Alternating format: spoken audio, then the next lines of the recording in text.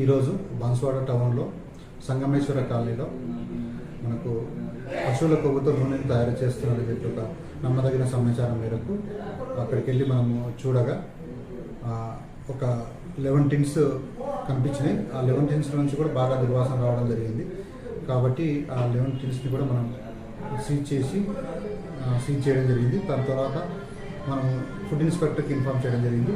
Food inspector కూడా దీన్ని samples collect చేసి ఫర్దర్గా ఇది అడల్ట్రేషన్ ఉందని తెలిసిన తర్వాత అతనిపై యాక్షన్ తీసుకోవడం జరుగుతుంది.